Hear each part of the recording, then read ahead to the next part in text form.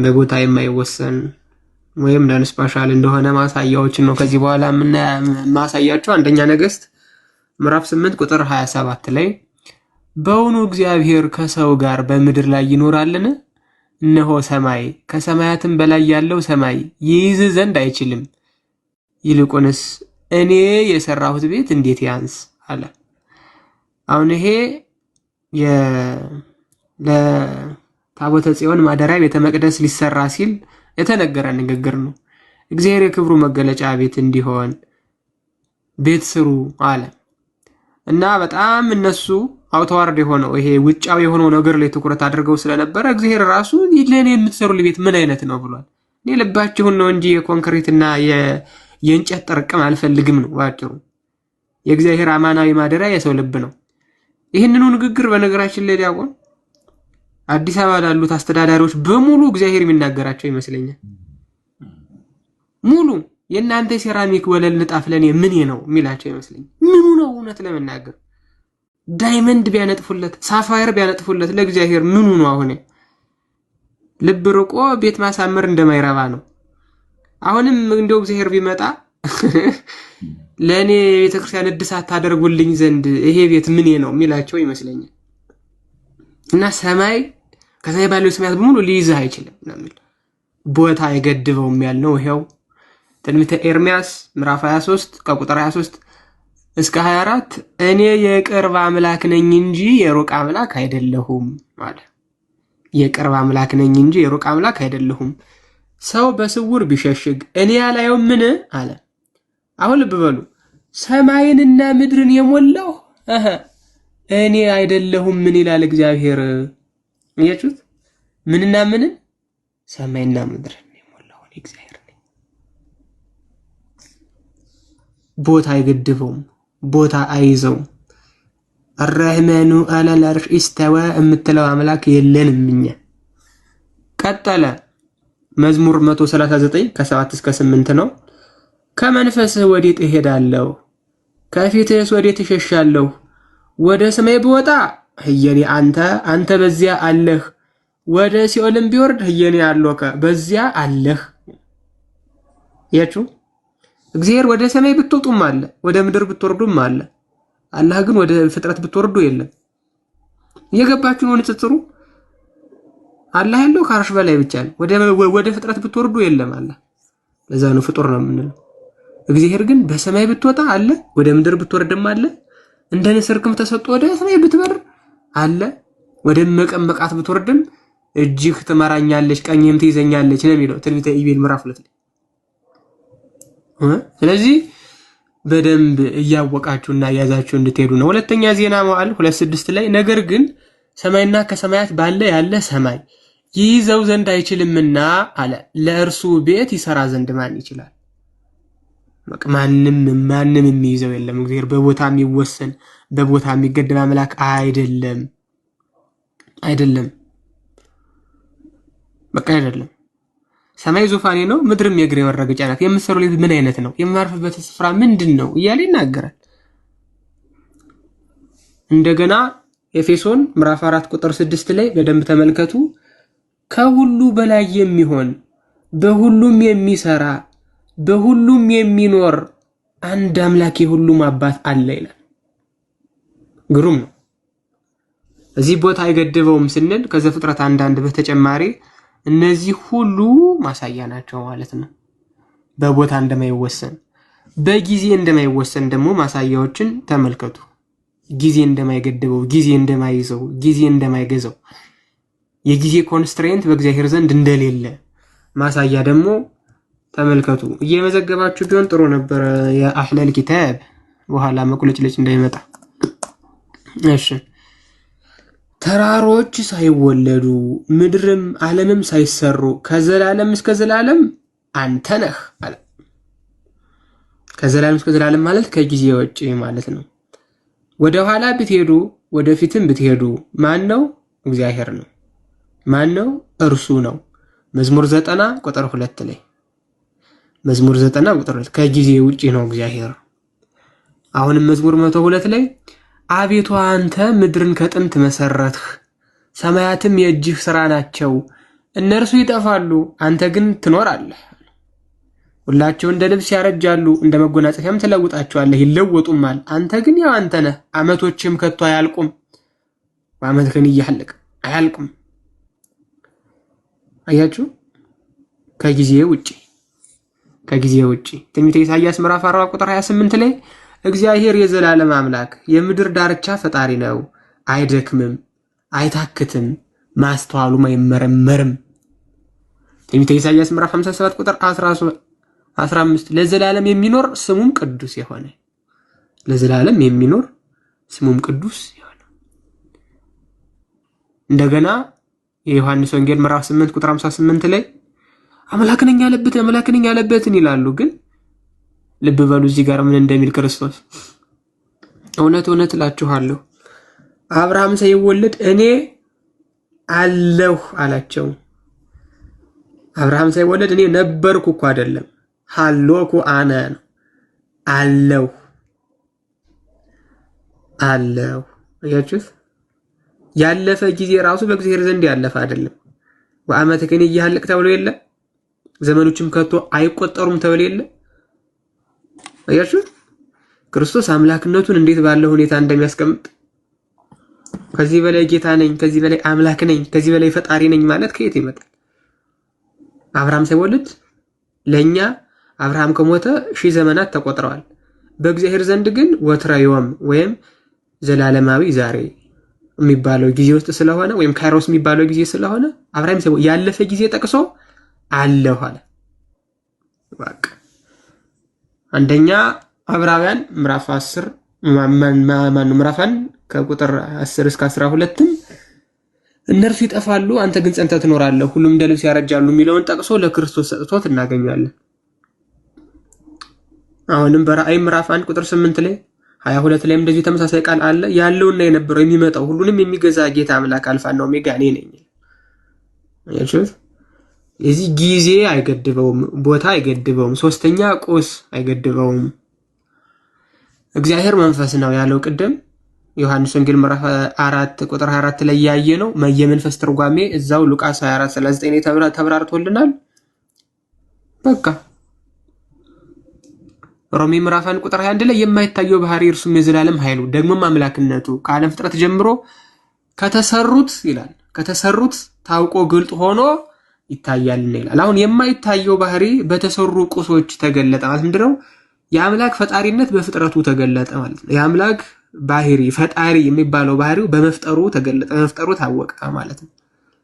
ስለዚህ የፈጠረው ቁስ ከሆነ እሱ ራሱ ቁስ ሊሆን አይችልም። እንደዛ ከሆነማ ቁስ ዘላለማዊ ሊሆን ነው ማለት ነው። ስለዚህ እግዚአብሔር ቁስ አይዘውም፣ ቁስ አይገድበውም። አሁንም ሮሜ 11:36 ላይ ሁሉ ከእርሱና በእርሱ ለእርሱም ነውና ይላል። አያችሁት? አሁን ቅድም ሁሉ ከአላህ ነው። አዎ፣ ግን በአላህ ነው አይደለም። ለአላህስ ነው አይደለም። የገባችሁ ነው? በእኛ ግን ሁሉ ከእግዚአብሔር ነው፣ በእግዚአብሔር ነው፣ ለእግዚአብሔር ነው። ለእርሱ ለዘላለም ክብር ይሁን አሜን እንላለን። አሜን እንላለን። ስለዚህ ከጊዜ ከቦታ ከቁስ ውጪ ነው ብለን ስንናገር እንደው ዝም ብሎ ነገር ሳይሆን እንዲህ አይነት ነገሮችም አሉበት ማለት ነው። ምናልባት የተወሰኑ ነገሮችን ብዙ ባልሄድበትም የተወሰኑ ነገሮችን ብቻ ላሳይ። አላህስ ማን ነው? አላህ አሁን ይሄን ወሃቢዮች እና አህባሽ የሚባሉ የእስልምና ክፍሎች አሉ። ሁለቱም የሚጣሉበት ክፍል ነው። አላህ ማን ነው ብለህ ብትጠይቅ ዲያቆን ተመሳሳይ መልስ አታገኝም። በሁለቱም ሄደህ ብትጠይቅ አላህ ማን ነው መልሱ ተመሳሳይ አይደለም። ለወሃቢዮች በፍጥረቱ የለም፣ ለአህባሾች ከፍጥረቱ ሁሉ አለ። አላህ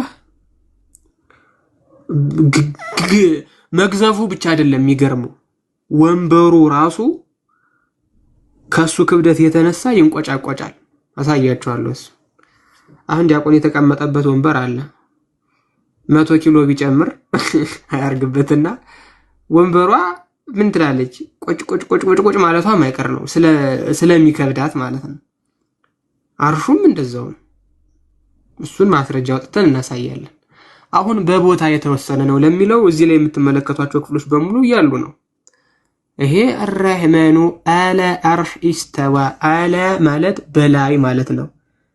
አለ ማለት በላይ ላዕል እንደማለት ነው። ዲያቆንዬ በእኛ ላዕል አሁን እግዚአብሔር ይነብር እንደው ላዕለ ዘጠረጴዛ ብል እዚህ ጠረጴዛ ላይ እግዚአብሔር አለ ነው።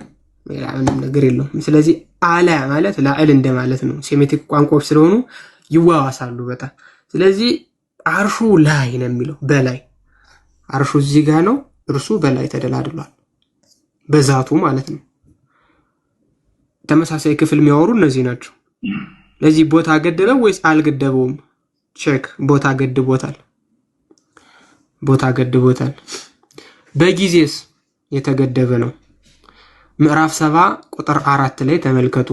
ምዕራፍ 7 ቁጥር 4 ላይ መላእክቱና መንፈሱም ልኩ 50,000 ዓመት በሆነ ቀን ውስጥ ወደ እርሱ ያርጋሉ አለ።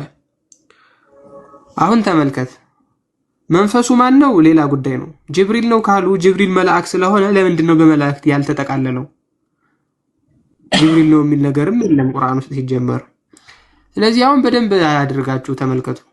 መላእክቱና መንፈሱ ወደ አላህ ለመውጣት ስንት ጊዜ ነው የሚፈጅባቸው? 50,000 ዓመት 50,000 ዓመት። መልአኩ እዚህ ላይ ያለ፣ አላህ እዚህ ላይ ያለ፣ እዚህ ተነስቶ እዚህ ለመሄድ 50,000 ዓመት ይፈጃል። ምድር እዚህ ላይ ናት። ከመላእክት እስከ ምድር ስንት ሺህ ዓመት ነው የሚፈጅባቸው? ጥያቄ ምልክት ነው። በነገራችን ላይ አይታወቅም። አሁን ርቀቱ የማይታወቅ በጣም ከፍታ አለ ማለት ነው። ይሄ ቁርአን ላይ ያለ ነው፣ ሐዲስ ምናምን ራሱ አይደለም። ምዕራፍ 7 ቁጥር 4 ላይ ያለ ነው። በቦታ መገደቡ ብቻ ሳይሆን ምን ያክል እንደራቀ ተመልከት ዲያቆኒ፣ ምን ያክል ርቆ እንዳለ ወዲያ ነው። 50,000 ዓመት ነው የሚያስጉዘው። ለዛው መላእክት 600 ክንፍ ነው ያላቸው። ሱረቱል ፋጢር ላይ እንመለከታለን ቁጥር 2 ላይ በ600 ክንፍ ተበሮ እናቴ 50,000 ዓመት ግሩም ነው። አሁን የኛ ጥያቄ የሚሆነው መላእክቱ አላህ ጋር ለመውጣት 50,000 ዓመት ከፈጀባቸው 114 ሱራ እንዴት ብሎ ወረደ? በ22 ዓመት ውስጥ እንዴት ነው ወረደ? ምክንያቱም ለአንድ ወህይ 50,000 ዓመት ይፈጃል። የመጀመሪያውን ወህይ ለማምጣት 50,000 ዓመት ከፈጀ እንግዲህ 50,000ን በ14 አባዙት 500 ለምን 600 ምናምን ሺህ ዓመት ማለት ነው። መሐመድ ያን ሁሉ ዓመት ኖሯል እንዴ? ይሄን ሁሉ መገለጥ ለመቀበል የለም አልነበረም። ግዘፍ ከመሆኑ የተነሳ ምን ያክል ርቀት እንዳለው እንድታስቡት ነው። ድጋሚ 32 ቁጥር 5 ላይ ነገሩን ሁሉ ከሰማይ ወደ ምድር ያዘጋጃል። ከዛም የምትቆጥሩት አለ የምትቆጥሩት ዘመን ልኩ 1000 ዓመት ይው 1000 ዓመት በሆነ ቀን ውስጥ ወደ እርሱ ይወጣል አለ። 1000 ዓመት ግሩም ነው። ወደ እርሱ ይወጣል እና አሁን ይሄ እንደው ኦንቶሎጂካሊ ፈጣሪ ነው ብለህ ለመወያየት እንኳን ለርዕስ እንኳን የሚበቃ አይደለም። እውነቱን ለመናገር እነ ቡድሃ እነ ሽንቶ ምናምን ቢመረመሩ ይሻላል። ኦልሬዲ this is የከሰረ ነው። ምዕራፍ 2 ቁጥር 210 ላይ አላህ መላእክቱ ከደመና በሆኑ ጥላዎች ውስጥ ሊመጧችሁ እንጂ ይጠባበቁ ማለት አያችሁ። ነገሩን ተፈጸመ፣ ነገሮች ሁሉ ወደ አላህ ይመለሳሉ። አሁን ከመላእክት ጋር በደመና የሚመጣው ማን ነው? ከመላእክት ጋር በደመና የሚመጣ ማን ነው? አላህ ነው። ምዕራፍ 2 ቁጥር 210 ላይ ታዲያ ክርስቶስ ከመላእክት ጋር በደመና ሲመጣ እንዴት ነው ፈጣሪ የማይሆነው?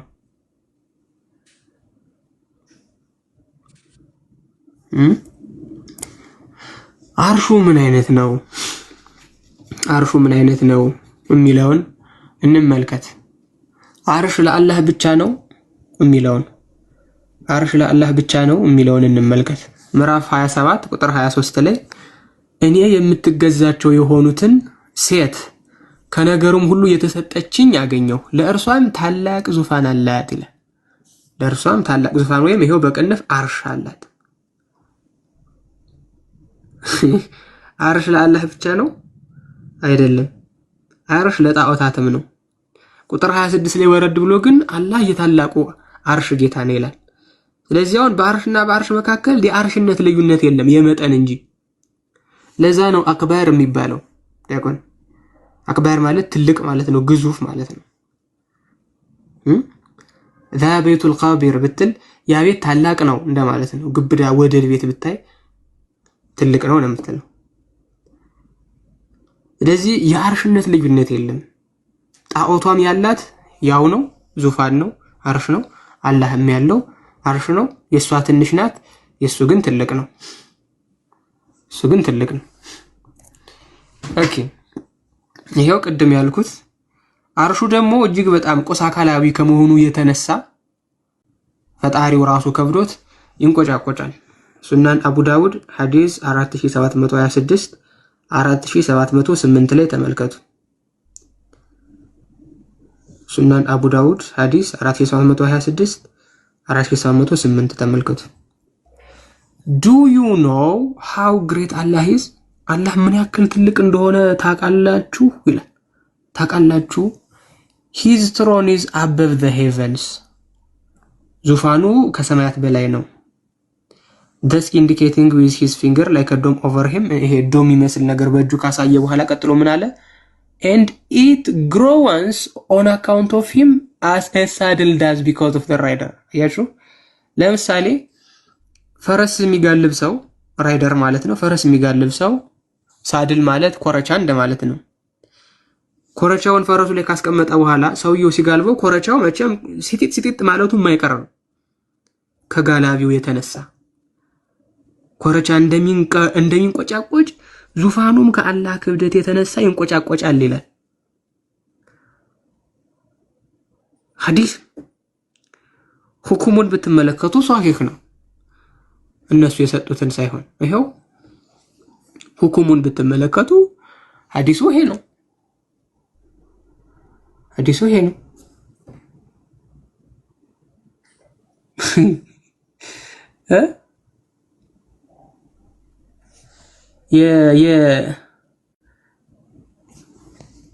ሁኩሙን ለመመልከት ይሄው ሷሂህ ነው። ከቀርቀአ ይሁን ከምን ይሁን ስላላወቅን ነው እንጂ ይንቀጫቀጫል ይላል። ግዘፍ አካላዊ ነው የሚለውን የሚያሳይ ነው። ግዘፍ አካል ነው የሚለውን የሚያሳይ ነው። ይሄ ከሆነ የሚገርማችሁ ግዘፍ ከመሆኑ የተነሳ ሂጃብ ራሱ ይለብሳል አለ። ሂጃብ አለው ልብስ፣ ትክክለኛ ልብስ ማለት ነው። ምዕራፍ 42 ቁጥር 51 ምዕራፍ 42 ቁጥር 51 ለሰውም አላህ በራእይ ወይም ከሂጃብ ወዲያ ግርዶ ማለት ነው። ከሂጃብ ወዲያ ወይም መልእክተኛን ወይም መልአክን ማለት ነው የሚልክና በፈቃዱ የሚሾን ነገር የሚወርለት ቢሆን እንጂ ሊያናግረው ተገቢው አይደለም ይላል። ስለዚህ አሁን እኔ ከዘማርያም ጋር ፊት ለፊት መነጋገር ስለማይገባኝ የሆነች መጋረጃ ነገር ጣል አድርጎ ያወራኛል ማለት ነው። ለምን ፊት ለፊት ስለማልመጥን ከርሱ ጋር ለመነጋገር። አሁን ይቺ ሂጃብ ምን አይነት ሂጃብ ናት? ይቺ ሂጃብ ምን አይነት ሂጃብ ናት? መልሱን ሐዲስ ላይ እናገኘዋለን። እነዚህ ሁሉ ሐዲሶች ላይ እናገኘዋለን። His veil or hijab is light. ሂጃቧ ብርሃን ናት።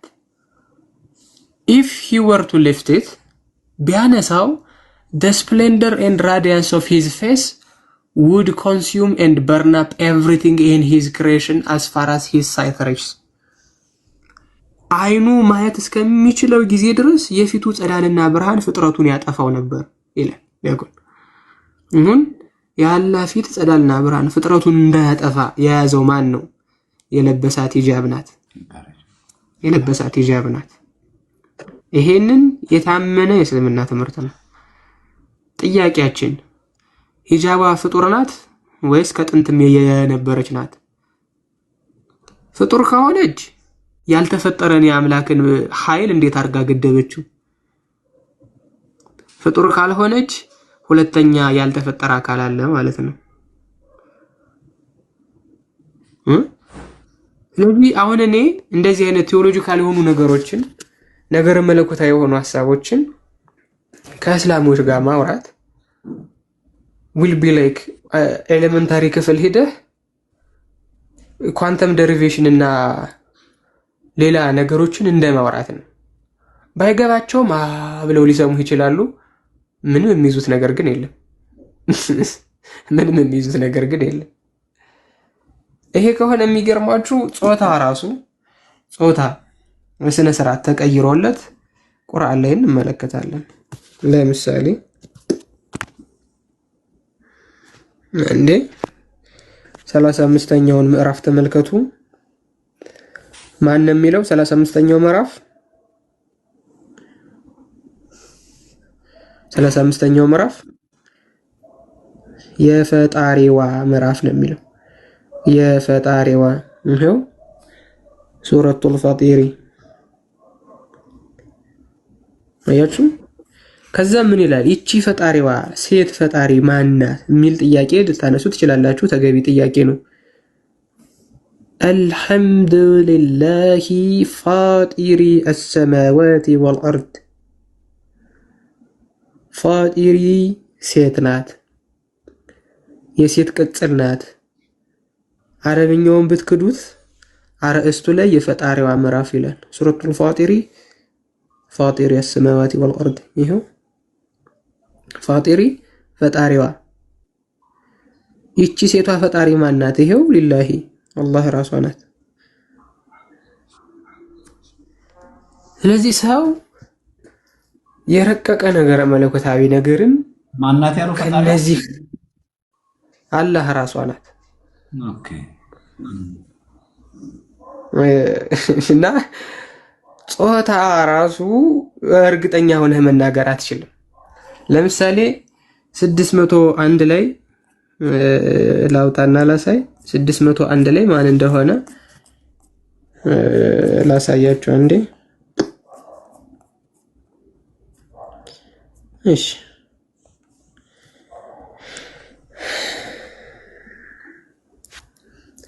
ሰማያትንና ምድርን ያለ ቢጤ ፈጣሪ ነው አለ። ለእርሱ ሚስት የሌለችው ሲሆን እንዴት ልጅ ይኖረዋል አለ። ሚስት የሚለው ሐሰት ነው። በነገራችን ላይ ሚስት የሚለው ሐሰት ነው። ሷሂባት ማለት ገርል ፍሬንድ ማለት ነው። ይሄም ሷሂባት ገርል ፍሬንድ ነው። አሁን ልብ ብለህ ተመልከት። አሁን እኔ ለምንድን ነው የማልወልደው? ዲያቆን ሚስት ስለሌለኝ ነው አይደለ? እኔ ሚስት ስለሌለኝ ነው የማልወልደው። ኦብቪየስሊ ልጅ የሌለህ ለምንድን ነው ብለህ ብትጠይቀኝ እኔም ገርል ፍሬንድ ሚስትም የለኝም እልሃለሁ። ተመሳሳይ ጥያቄ ነው አላህ እየተጠየቀው እየመለሰው ያለውም ተመሳሳይ መልስ ነው። ሚስት የሌለኝ ሲሆን እንዴት ልጅ ይኖረኛል እያለ ነው። ሱረቱል ጂን የሚባል አለ፣ የጋኔል ምዕራፍ ማለት ነው። የአጋንንት ምዕራፍ ቁጥር 3 ላይ ደግሞ ተመልከቱ። ወአነሁ ተዓላ ጀዱ ረቢና ማ ኢትኸዘ ሷሂበተን ወላ ወለድ። ገርል ፍሬንድንም ልጅንም ቢሆን አልያዘም ይላል። ማንን? አላህን። ስለዚህ ልጅ መኖር አለመኖር ከገርል ፍሬንድ ጋር የሚገናኝ ነው። ይሄ ደግሞ የፍጥረት ውስንነት ነው። በጣም የሚገርምህ ተመሳሳይ መጽሐፍ ላይ ተመሳሳይ ጥያቄ ጠይቃ ነገር ግን አላህ ያልቻለውን የቻለች አንዲት ሴት አለች። ሱረቱል መርየም 19ን ጀምሮ ተመልከተ። በጋብቻ ሰው ያልነካኝ ሆኜ አመንዝራም ሳልሆን ለእኔ እንዴት ልጅ ይኖረኛል ብላ ጠየቀች። ይህን ጥያቄ ማን ጠይቋል? አላህ ራሱ ጠይቋል። ሚስት የሌለኝ ሲሆን እንዴት ልጅ ይኖረኛል ብሎ ጠይቋል። ተመሳሳይ ጥያቄ መርየም ጠይቃለች። ባል የሌለኝ ሲሆን እንዴት ነው የምወልደው ብላ። ግልጽ ነው አይደለ? እሱ ሚስት የሌለኝ ሲሆን እንዴት ልጅ ይኖረኛል አለ። መርየም ደግሞ ባል የሌለኝ ሲሆን እንዴት ነው ልጅ የሚኖረኝ አለች። ነገር ግን መርየም ያለ ባል ወለደች። አላህ ግን ያለ ሚስት መውለድ አልቻለም።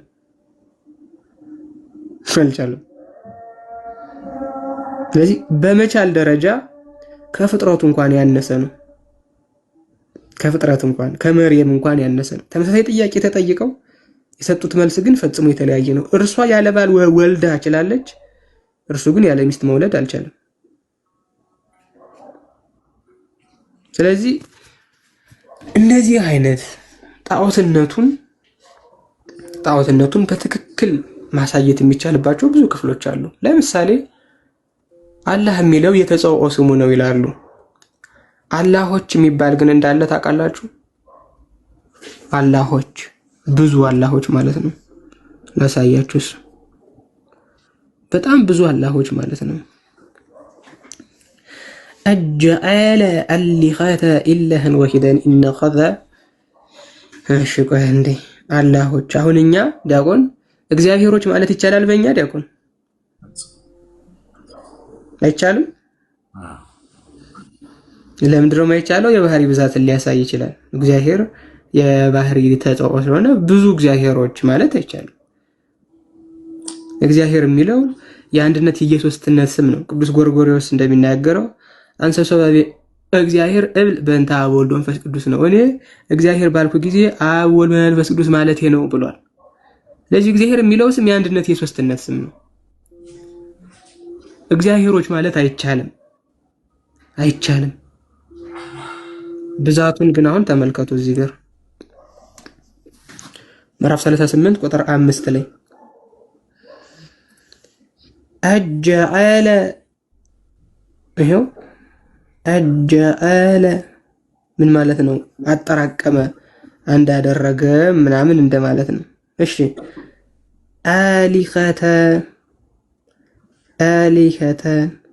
አሊኸተን ማለት ብዙ አላሆች ናቸው። ኢላህን ወሂደን ብዙ አምላኮችን ይኸው አማልክቶቹን ይላል አንድ አምላክ አደረጋቸውን። አስደናቂ ነገር ነው።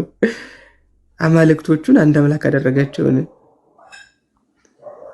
አሊሃት አላህ የሚለው በብዙ ሲመጣ ነው። ግልጽ ነው። እግዚአብሔር የሚለው እግዚአብሔሮች ሲሆን እንደማለት ነው። አሊሃት አላህ የሚለው በብዙ ሲመጣ ነው። 21 ላይ ምዕራፍ 21 ላይም ተመሳሳይ ሐሳብን ማግኘት ትችላላችሁ። ተመሳሳይ ሐሳብ ማግኘት ይቻላል። እና ወደ እነዛኛዎች እንግባ ካልን ለጉባኤው የማይመጥኑ በክርስቲያናዊ መድረክ ውስጥ የማይነሱ ብዙ ቀፋፊ ነገሮችን ማንሳት ይቻላል። ዲያቆን ብዙ ለቤቱ ስለማይመጥኑ ለክርስቲያኑ ማህበረሰብ ስለማይመጥኑ እንለፋቸው በሚለው ነው። የሂጃቧን ጉዳይ አንዴ ማስረጃዎችን ስክሪንሻት ለማድረግ ሞክሩ። ይሄው ስክሪንሻት አድርጉ። የሂጃቧ ጉዳይ የሂጃቧን ጉዳይ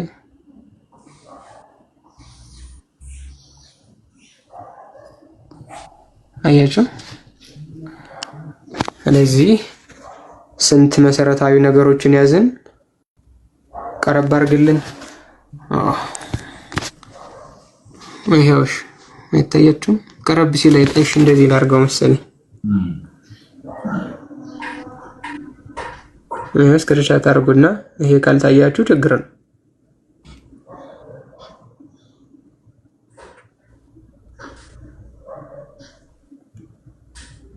እሺ አንስታችሁታል ተስፋ አደርጋለሁ። እሺ ስለዚህ በጊዜ በቦታ በቁስ የተገደበ ነው። ይሄ ደግሞ ፈጣሪ ሊሆን አይችልም።